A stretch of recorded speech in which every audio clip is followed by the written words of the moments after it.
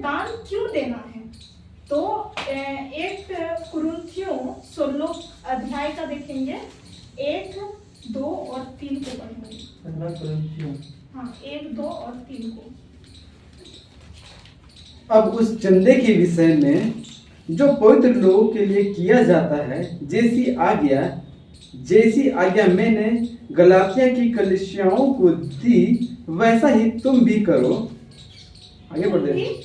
हो गया, तुम भी करो। मतलब अब उस चांदे के विषय में जो पवित्र लोगों के लिए किया जाता है, जैसे आज्ञा मैंने गलतियों की कलीसिया, यानी कि उस समय गलतियों की कलीसिया को क्या आज्ञा मिला था, दान के बारे में। यानी कि आज्ञा मैंने गलतियों की कलीसियाओं को दिया, वैसे ही तुम भी करो। यानी कि जो आज्ञा गलतियों की कलीसिया को मिला था, वो आज्ञा हमारे लिए भी है। यानी कि ठीक वैसे ही आज्ञा हमें भी क्या हुआ है, मिला है। 2 में पढ़ेंगे, सप्ताह के क्या मिला है। सप्ताह के पहले दिन तुम में से हर एक अपने आमदनी के अनुसार कुछ अपने पास रख छोड़ा करे, कि मेरे आने पर चंदा ना करना पड़े।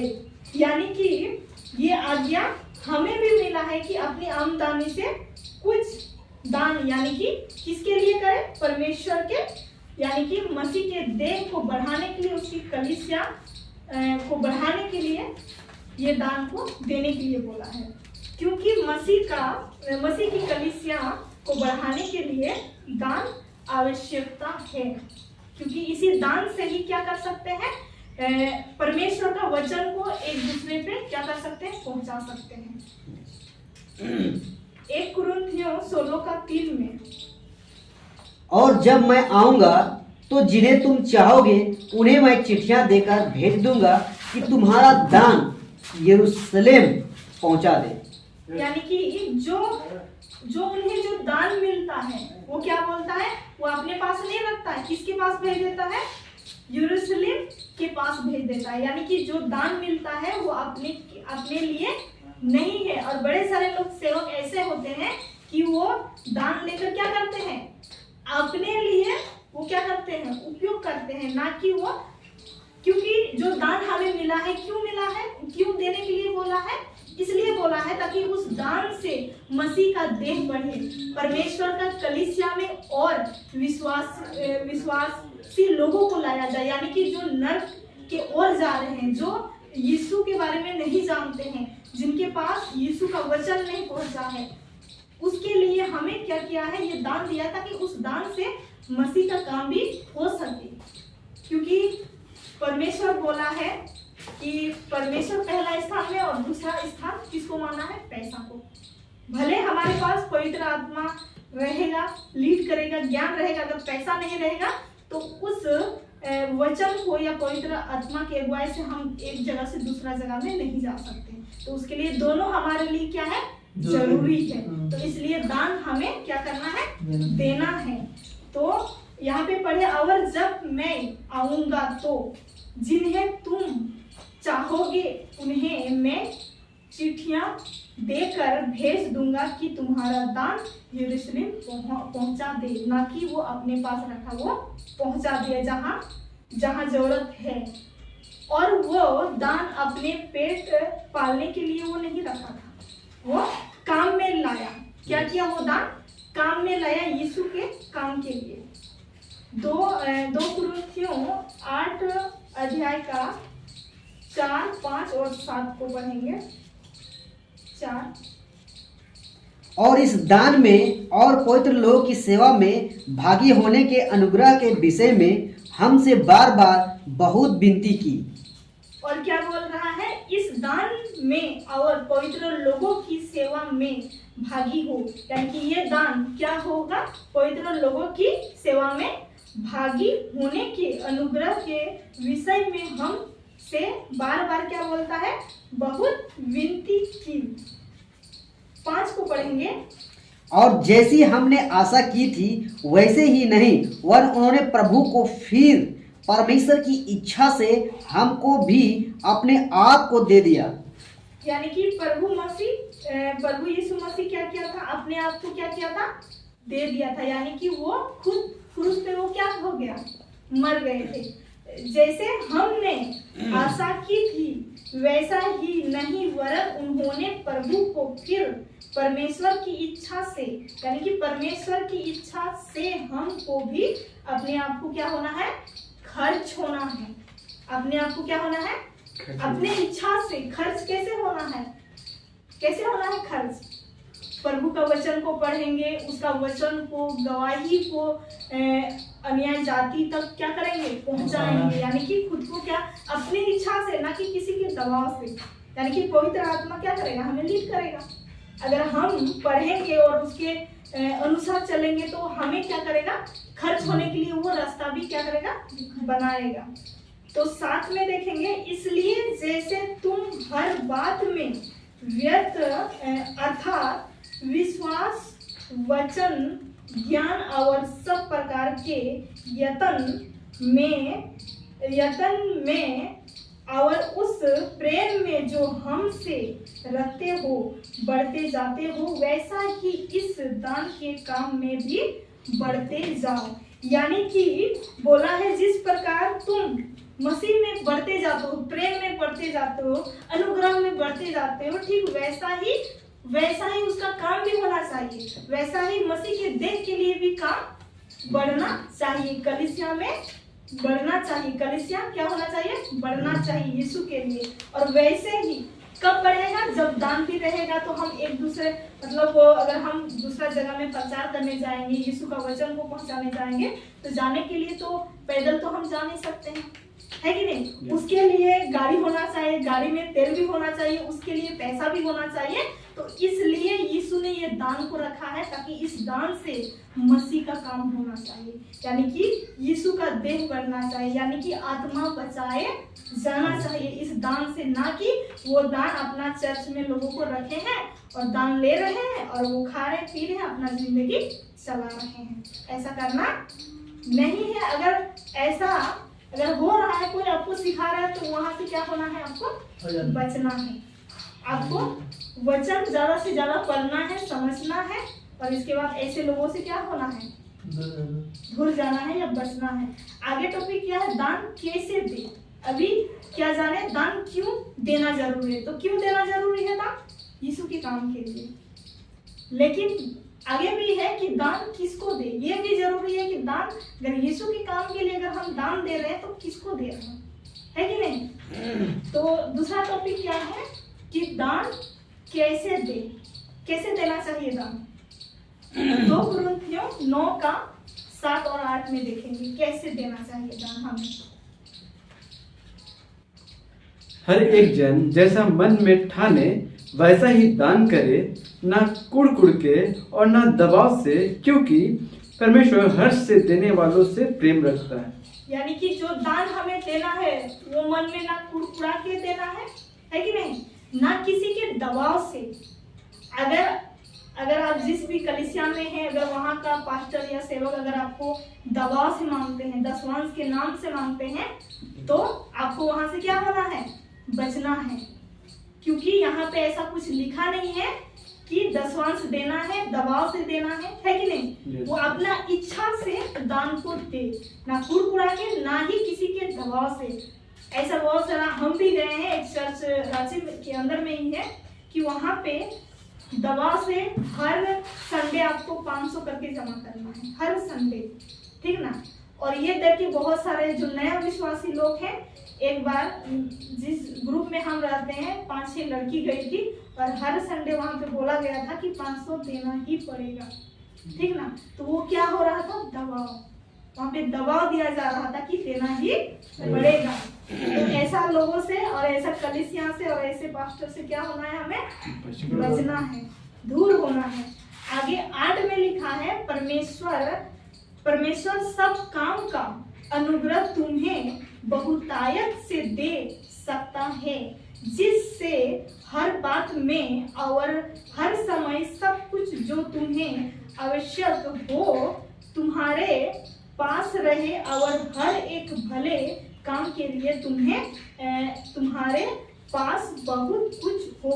यानी कि जो आप अपनी इच्छा से देते हैं तो वो अनुग्रह भी हो, मतलब वो ग्रहण भी करता है परमेश्वर। यानी कि अनुग्रह तुम्हें बहुतायत में मिले अगर आप अपनी इच्छा से देते हो, ना कुड़कुड़ा कर, ना ही किसी के दबाव से। अपने मर्जी से दान प्रभु को देंगे तो वो काम में भी आएगा, ठीक ना। और अगर किसी के दबाव से देंगे तो वो किसी का काम नहीं आएगा, क्योंकि आप अपनी इच्छा से उसको आप दिए नहीं हैं, आप दबाव से, यानी कि एक तरफ से आप शोषण में हो, मतलब दबाव, किसी के जोर जबरदस्ती आप दे रहे हैं। ऐसे नहीं कि कोई पास्टर बोलता है आपको देना होगा नहीं तो मार देंगे, वो ऐसे वचन को उठाकर आपको क्या करेगा, आपको इस तरह से माइंड से आपको माइंड सेट कर देगा कि आप नहीं देंगे तो ये होगा वो होगा, ठीक ना। जैसे मरकुस का 2 कुरिन्थियों 8:12 में लिखा है, 2 कुरिन्थियों 8:12 में, 2 कुरिन्थियों 8:12। हाँ। क्योंकि यदि मन की तैयारी हो तो दान उसके अनुसार ग्रहण भी होता है, जो उसके पास है, ना कि उसके अनुसार जो उसके पास नहीं। यानी कि दान की मन की तैयारी, अगर मन में तैयार हो कि हम दान दे, उसे परमेश्वर क्या करता है, ग्रहण करता है। अपनी इच्छा से जो आप दान, जो भी आपके मतलब आपके औकात में जो भी होता है कि जितना आप दे सको, अगर आप अपनी इच्छा से यानी कि आप खुश होकर वो दान देते हो तो वो परमेश्वर क्या करता है, ग्रहण करता है। आगे है निर्गमन पुस्तक 25:2 में, निर्गमन पुस्तक 25:2 में,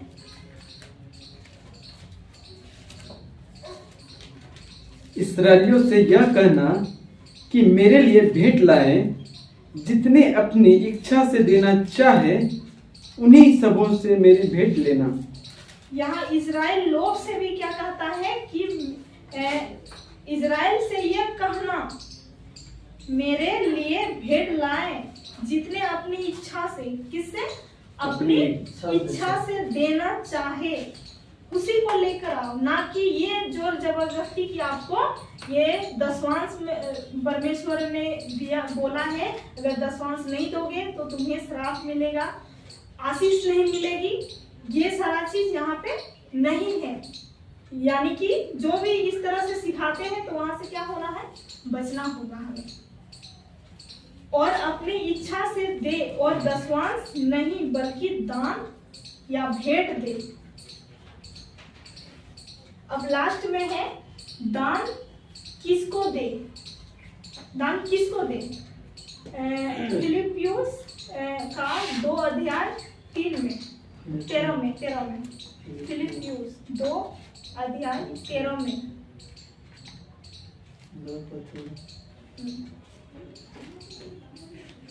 क्योंकि परमेश्वर ही है जिसने अब कुछ गलत लिखा हुआ आपको पढ़िए। क्योंकि परमेश्वर ही है जिसने अपनी सुइच्छा निमित्त तुम्हारे मन में इच्छा और काम दोनों बातों के करने का प्रभाव डाला है। यानी कि अगर हम दान देंगे तो परमेश्वर हमें क्या करता है, अगुवाई करता है। इसमें बोला ना, क्योंकि परमेश्वर ही है जिसने अपने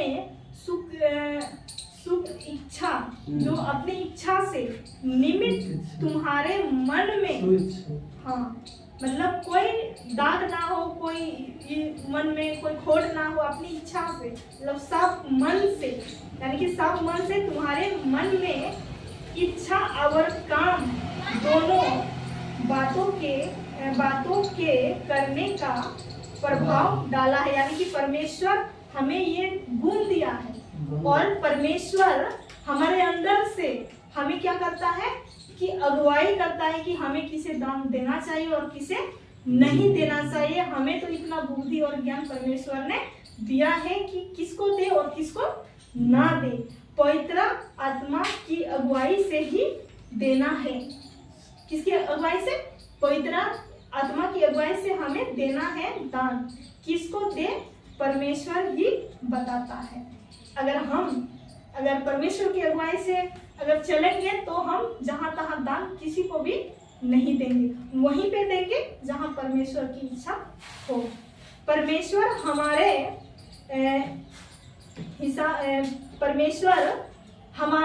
जब हम मर भी जाएंगे तो परमेश्वर हमसे क्या करेगा, हिसाब लेगा कि आप दान कहाँ दिए, किसको दिए, है कि नहीं।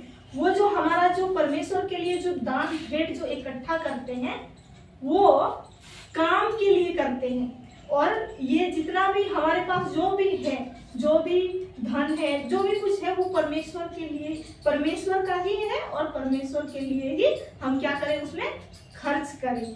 तो हम दान कहाँ देना चाहिए, आइए जानते हैं। मत्ती का पुस्तक 25 का 34 से 40 तक पढ़ेंगे कि हमें दान कहाँ देना चाहिए, कहाँ अपना दान को खर्च करना चाहिए। मत्ती 25 का 34। तब राजा अपनी दाहिनी ओर वालों से कहेगा, हे मेरे पिता के धन्य लोगों, आओ उस राज्य के अधिकारी हो जाओ जो जगत के आदि से तुम्हारे लिए तैयार किया गया है। आगे भी 40 तक पढ़ेंगे। क्योंकि मैं भूखा था और तुमने मुझे खाने को दिया, मैं प्यासा था और तुमने मुझे पानी पिलाया, मैं परदेसी था और तुमने मुझे अपने घर में ठहराया, मैं नंगा था और तुमने मुझे कपड़े पहनाए और बीमार था और तुमने मेरी सुधि ली, मैं बंदीगिरी में था और तुम मुझसे मिलने आए। तब धर्मी उसको उत्तर देंगे, हे प्रभु, हमने कब तुझे भूखा देखा और खिलाया, या प्यासा देखा और पानी पिलाया? हमने कब तुझे परदेसी देखा और अपने घर में ठहराया, या नंगा देखा और कपड़े पहनाए? हमने कब तुझे बीमार या बंदीगिरी में देखा और तुझसे मिलने आए? तब राजा उन्हें उत्तर देगा, मैं तुमसे सच कहता हूँ कि तुमने जो मेरे इन छोटे से छोटे भाइयों में से किसी एक के साथ किया, वह मेरे ही साथ किया। यानी कि हमें दान कहाँ देना चाहिए, लिखा है, फिर से पढ़ेंगे। तब राजा अपने दाहिनी ओर वालों से कहेगा, हे मेरे पिता के धन्य लोगों, आओ उस राज्य के अधिकारी हो जाओ जो जगत के आदि से तुम्हारे लिए तैयार किया गया है। किसके लिए तैयार किया गया है? हम लोगों के लिए। जब हम जाएंगे तो हम लोग को कहेगा, और उसी समय क्या कहेगा कि आप दान कहाँ कहाँ दिए हैं, क्योंकि मैं भूखा था। अगर हम दान भूखे पे नहीं देंगे, मतलब दान उसको नहीं देंगे, तो क्या बोलेगा? वो बोला है ना कि जो कुछ भी आप एक छोटे से छोटे के साथ करते हो वो मेरे साथ करते हो। तो हमें दान, पहला दान कहाँ लुटाना है?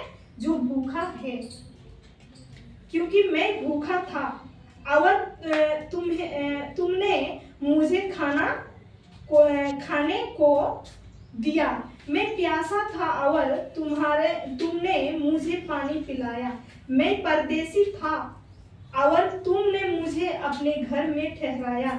क्या हम ये सब करते हैं? जो भूखा लोग को खिलाते हैं?